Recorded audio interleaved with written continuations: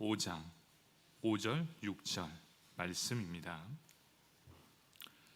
베드로전서 5장 5절 6절 이 두 절 말씀을 우리 합독해서 한 목소리로 읽도록 하겠습니다. 젊은 자들아, 이와 같이 장로들에게 순종하고 다 서로 겸손으로 허리를 동이라. 하나님은 교만한 자를 대적하시되 겸손한 자들에게는 은혜를 주시느니라. 그러므로 하나님의 능하신 손 아래에서 겸손하라. 때가 되면 너희를 높이시리라. 아멘. 일여전도에 나오셔서 특송하시겠습니다.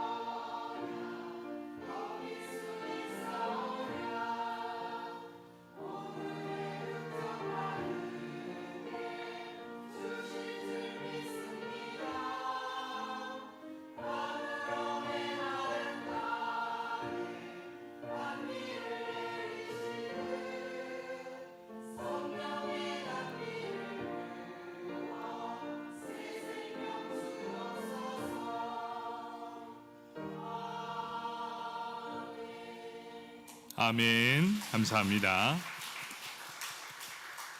우리 일여전도에 우리 권사님들도 마찬가지지만 우리 일여전도에는 기도하는 어머니가 되셔야 됩니다. 우리 교회를 위해, 우리 나라를 위해 계속해서 기도해 주시길 우리 다시 한번 우리 일여전도를 축복하면서 박수하겠습니다. 우리 함께 베드로전서 5장 5절에서 6절 말씀을 읽었습니다. 바람직한 기도의 태도 두 번째 시간, 바로 겸손에 대한 말씀입니다. 우리 말씀을 듣기 전에 우리 함께 옆 사람 바라보면서 이렇게 인사했으면 좋겠습니다. 예수님 닮길 원합니다. 예수님 닮길 원합니다. 요즘 계속해서 드는 생각이 이 마음입니다. 예수님 닮길 원한다. 자꾸 이 마음을 갖다 보니까 성경이나 찬송이 자꾸만 이렇게 가는 것 같습니다. 예수님을 닮아간다는 것 얼마나 귀하고 좋은지 모릅니다. 우리 성도 여러분 다 예수님 닮아가길 축복합니다. 예수님만 생각해도 좋고 예수님 한 분만으로도 충분하고 예수님의 마음이 바로 내 마음이 되어서 그렇게 하루하루를 살아간다면 그처럼 행복한 게 어디 있겠습니까? 예수님 닮아가기를, 예수님과 하나 되기를, 바로 그런 우리 성도님들 다 되길 축복합니다. 아멘. 오늘 이 말씀을 살펴보면 이 세 가지 부류의 사람들이 등장합니다. 첫 번째 젊은 사람, 두 번째 장로님들, 그리고 세 번째 모두 다, 이렇게 세 부류의 사람이 나옵니다. 젊은 자들은 과연 어떤 자들인가? 장로들과 비교했을 때 젊은 자들을 바로 젊은이라고 합니다. 그 당시 장로들은 모두가 나이가 많았습니다. 또 성도들을 돌보는 인도자들을 바로 장로들이라고 했습니다. 여기서 말하는 젊은 자들은 나이 많은 장로들을 제외한 자, 곧 인도자의 돌봄을 받는 모든 사람을 바로 젊은 자들이라고 합니다. 또 본문 말씀에 이렇게 합니다. 또 다른 대상 모두 다 이렇게 말씀하고 있습니다. 이는 모든 성도를 가리키는 말씀입니다. 결국 이 베드로 전서에서 나타내는 이 모든 세 가지 부류를 보니까 어떤 말씀입니까? 이 말씀은 교회 안에 있는 모든 사람을 다 지칭하는 내용이라는 것이죠. 첫 번째는 젊은 자들, 두 번째는 장로들, 그리고 모두가 다. 결국 이 말씀은 교회 안에 있는 모든 사람들에 대한 명령을 기록하고 있다라는 것을 분명하게 말씀해 주고 있습니다. 그러면 이 본문 말씀에 등장하는 이 세 가지의 명령이 무엇일까요? 첫 번째, 젊은 자들에게 주어지는 명령은 순종하라 였습니다. 그리고 모든 성도들에게 주어지는 것, 겸손으로 허리를 동이라, 그리고 겸손하라, 이렇게 말씀해 주고 있습니다. 이는 모두 같은 맥락에 있는 말씀입니다. 결국 어떤 의미입니까? 순종과 겸손은 뗄래야 뗄 수 없는 관계이다라는 걸 보여주고 있다는 것이죠. 이 순종과 겸손은 별개의 것이 아닙니다. 순종이 곧 겸손이고 겸손이 곧 순종이다라는 것을 말씀하고 있습니다. 그래서 오늘 이 명령을 종합해 보면 딱 한마디로 이것입니다. 모든 성도는 겸손히 서로를 섬기며 살아야 한다. 이것이 바로 결론적인 말씀입니다. 성경에서 말하는 겸손이 있습니다. 이 겸손은 무엇입니까? 겸손이란 겉과 속이 다른 것을 의미하지 않습니다. 결국 겉과 속이 다르다라는 것은 겸손이 아니다라는 것을 말씀해 주고 있지요. 또 우리는 겸손하다라고 하니까 자기 비하나 노예 근성을 말하고 있습니다. 그런데 절대 겸손은 자기 비하가 아닙니다. 또 노예 근성을 말하는 것이 아니지요. 겸손은 적극적으로 나아가서 자기보다 남을 더 높게 여기는 것, 결국 상대방 앞에서 나의 신분과 나의 지위와 나의 권능을 포기하는 것, 그것이 바로 겸손이라고 했습니다.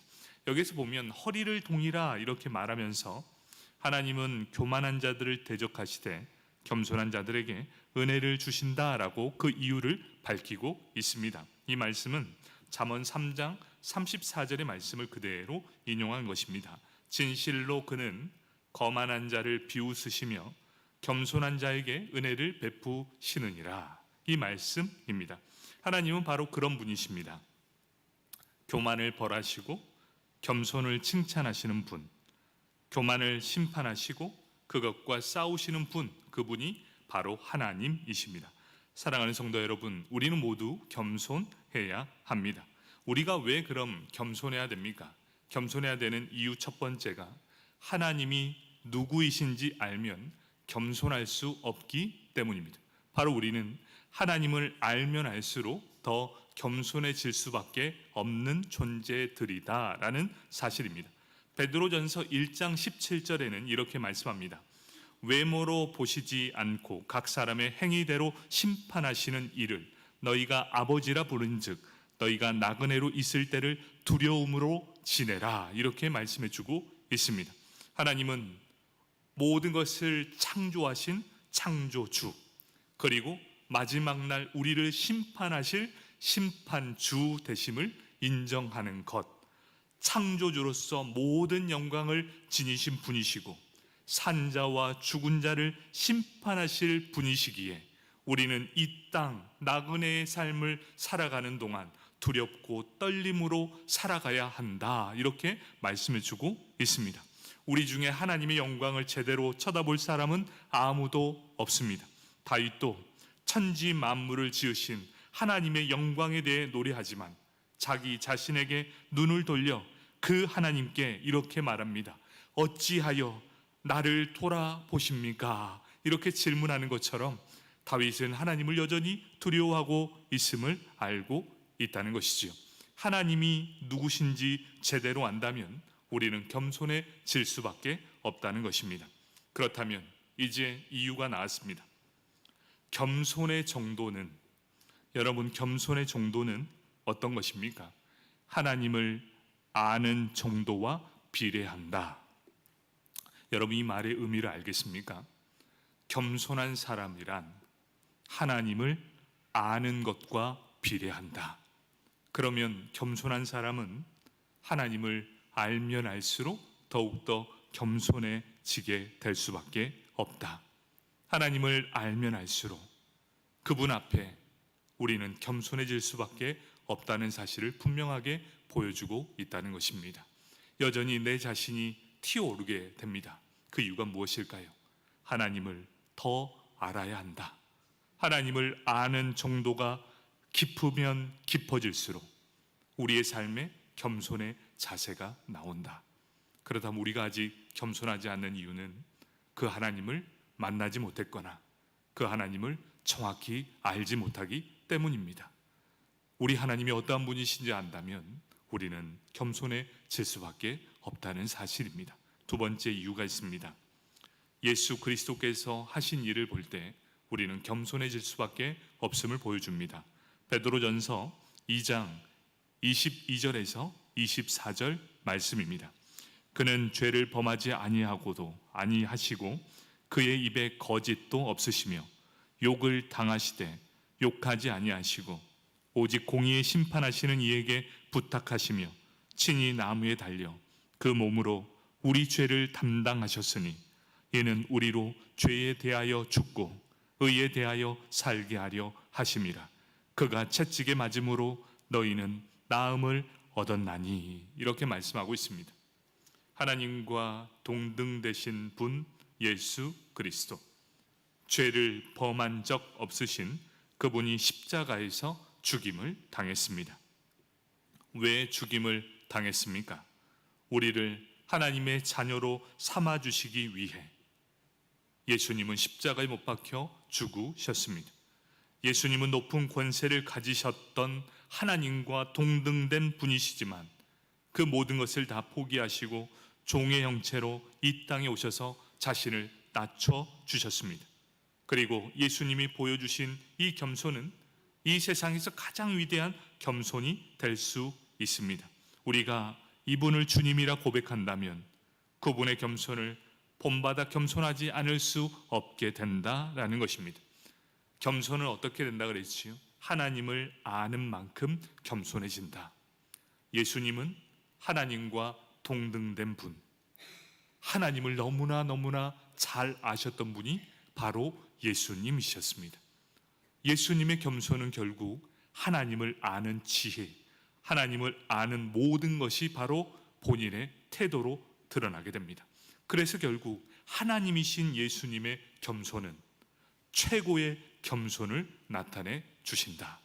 우리가 예수님을 닮기 원한다는 것은 하나님을 아는 지혜가 예수님이 아는 그 하나님의 지식과도 동일해져야 한다. 결국 어떤 의미입니까? 예수님 닮기 원한다는 것은 겸손한 삶을 살아내는 것이다. 바로 예수 그리스도, 하나님과 동등됨을 취하지 않으시고 우리에게 보여주신 최고의 겸손을 보이신 예수님, 그 예수님을 볼 때에 우리는 겸손할 수밖에 없다라는 것입니다. 마지막 세 번째 이유입니다.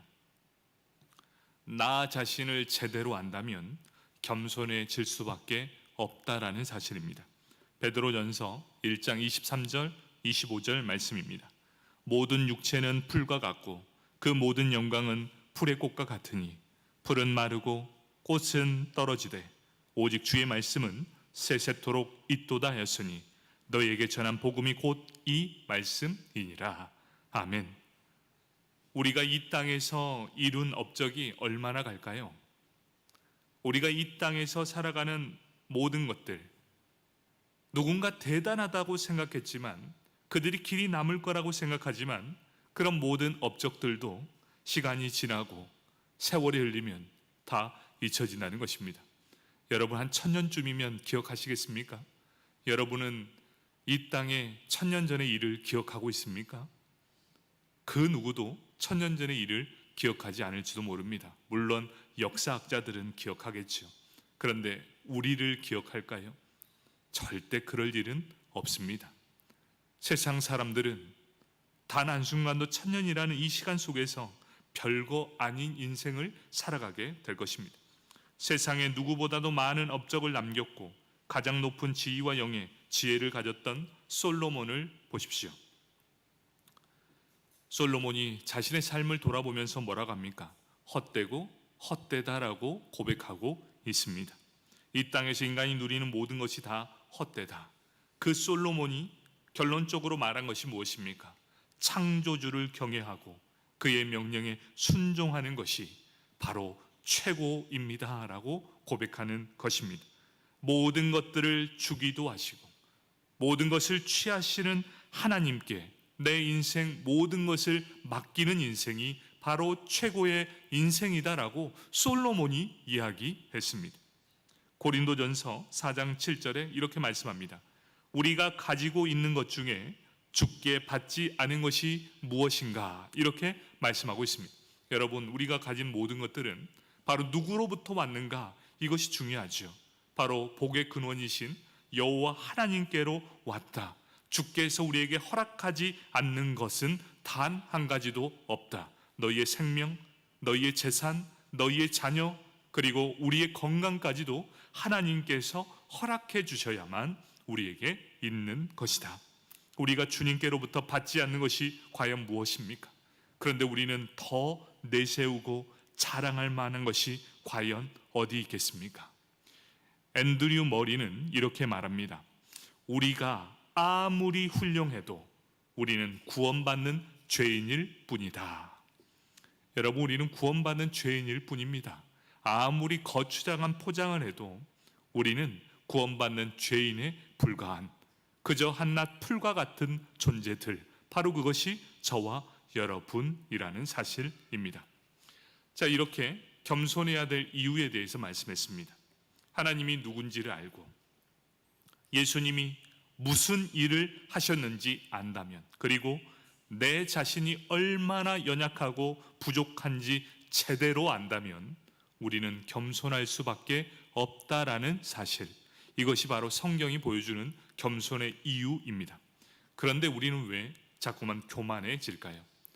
그것이 문제죠. 왜 우리는 교만해질까요? 이 세 가지의 사실을 잊어버리기 때문입니다. 너무나 답은 명확합니다. 하나님이 누구신지 잊어버렸습니다. 예수 그리스도가 행하신 일을, 이 위대한 겸손을 잊어버렸기 때문입니다. 또 내가 하나님 앞에서 얼마나 지렁이와 같고 먼지와 같고 흙과 같은 존재인지를 잊어버렸기 때문입니다. 이 모든 것을 알려주게 하시는 것이 바로 성경입니다. 여러분, 성경을 가까이 아는 사람, 하나님을 아는 만큼 겸손해진다.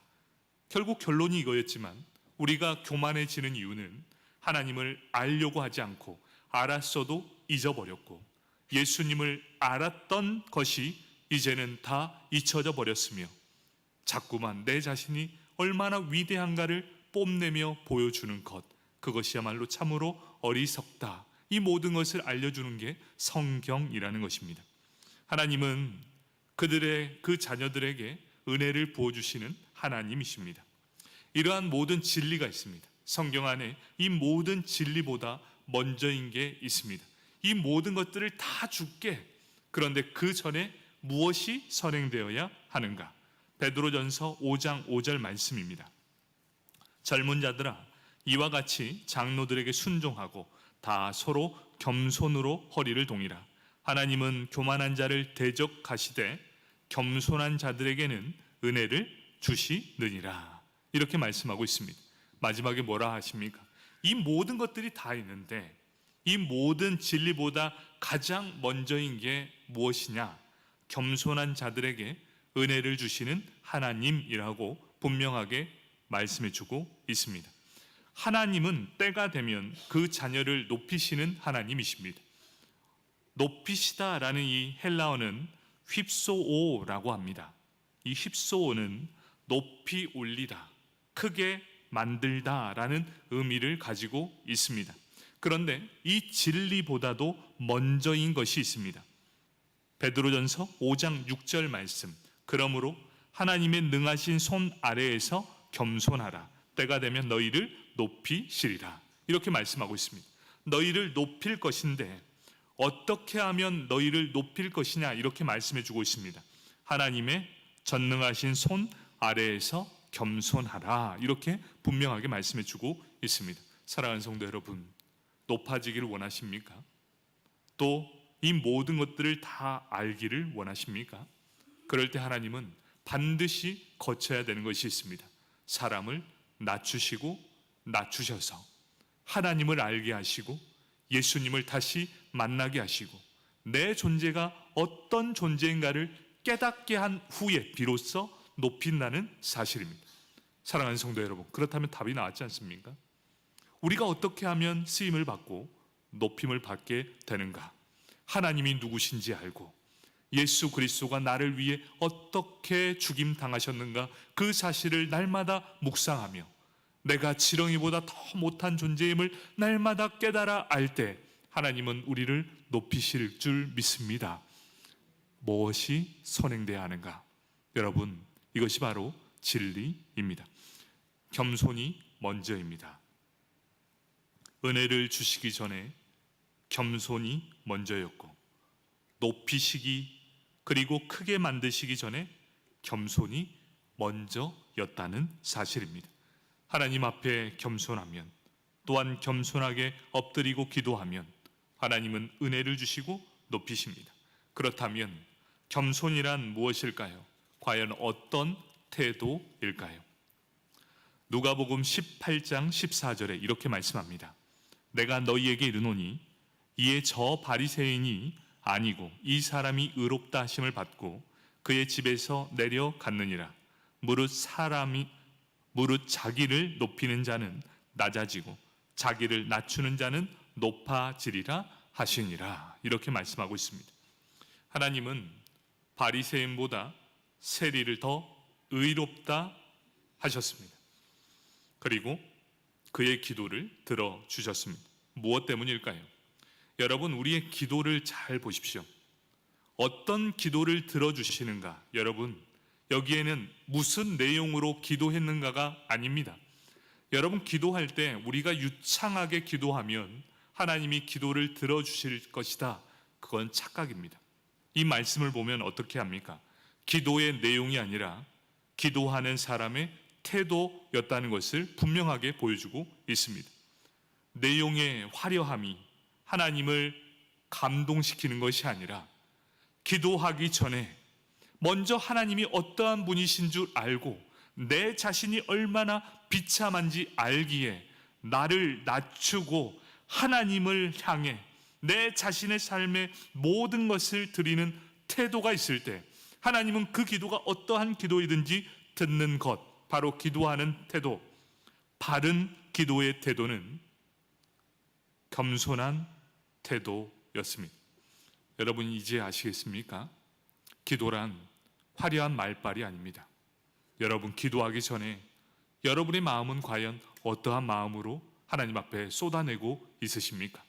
먼저 기도하기 전에 하나님이 어떠한 분이신 줄 알고 내가 어떠한 존재인지를 알아 주여 나를 불쌍히 여겨 주옵소서, 감히 눈을 들어 하나님을 바라볼 수 없는 죄인입니다.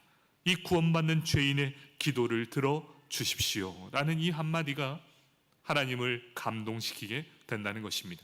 바람직한 기도의 태도 첫 번째, 바로 겸손한 태도입니다. 그래서 주님의 결론이 무엇이었습니까? 누가복음 18장 14절의 결론이 이것이었죠. 무릇 자기를 높이는 자는 낮아지고 자기를 낮추는 자는 높아지리라 하셨느니라, 이렇게 말씀하고 있습니다. 결국 겸손한 태도를 가진 세리의 기도를 들어주셨고 겸손한 세리를 하나님께서 높여주십니다. 그 첫 번째 과정 중에 보여주는 게 뭐지요? 바로 겸손한 태도였다는 것입니다. 필립 얀시는 이렇게 말합니다.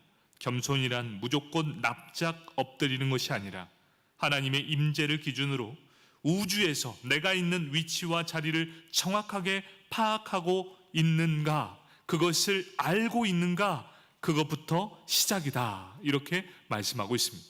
그런데 그 자세를 누가 취했느냐? 세리가 취하게 되었다는 것이죠. 납작 엎드렸습니다. 납작 엎드려 저는 아무것도 아닙니다. 이사야 57장 15절에 이렇게 말씀합니다. 지극히 존귀하며 영원히 거하시며 거룩하다 이름하는 이가 이와 같이 말씀하시되 내가 높고 거룩한 곳에 있으며 또한 통회하고 마음이 겸손한 자와 함께 있나니 이는 겸손한 자의 영을 소생시키시며 통회하는 자의 마음을 소생시키려 함이라.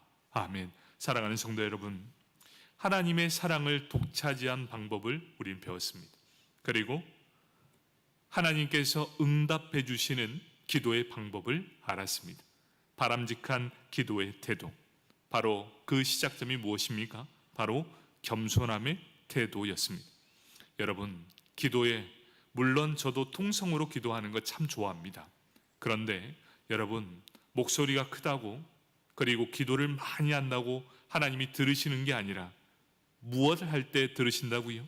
바로 겸손한 자세로 하나님이 어떠한 분이신 줄 알고 내 자신이 어떠한 자인가를 알며 하나님 앞에 통회하고 자복하는 심정으로 불쌍히 여겨달라는 그 한마디에 하나님은 역사하신다는 사실입니다.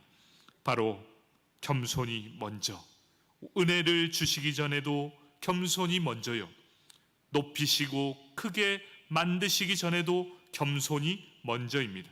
하나님 앞에 겸손하면, 또 겸손하게 엎드리고 기도하면 하나님은 은혜를 주시고 높이십니다. 겸손을 통해 하나님께 응답받는 귀한 축복의 통로가 되시길 예수님의 이름으로 축복합니다. 아멘. 우리 함께 이 시간 기도할까요? 우리 합심해서 우리 동성으로 기도할 텐데, 여러분, 우리 바람직한 기도의 태도에 대해서 배웠습니다. 어떻게 무엇을 할까 보다 과연 나는 지금 하나님이 누구인지 정말 알고 있는가?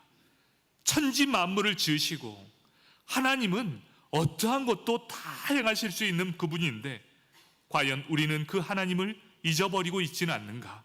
또 나는 어떤 존재인가를 깨달아 알고 있을 때 우리는 비로소 세리와 같이 낮아짐의 기도를 드릴 수 있다는 사실입니다. 주여, 나를 기억하여 주시옵소서.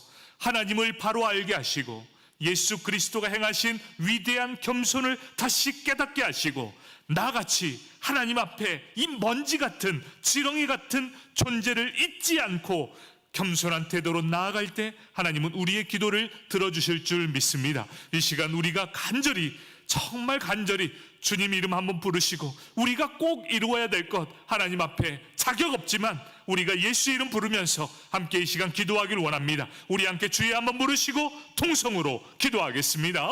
주여.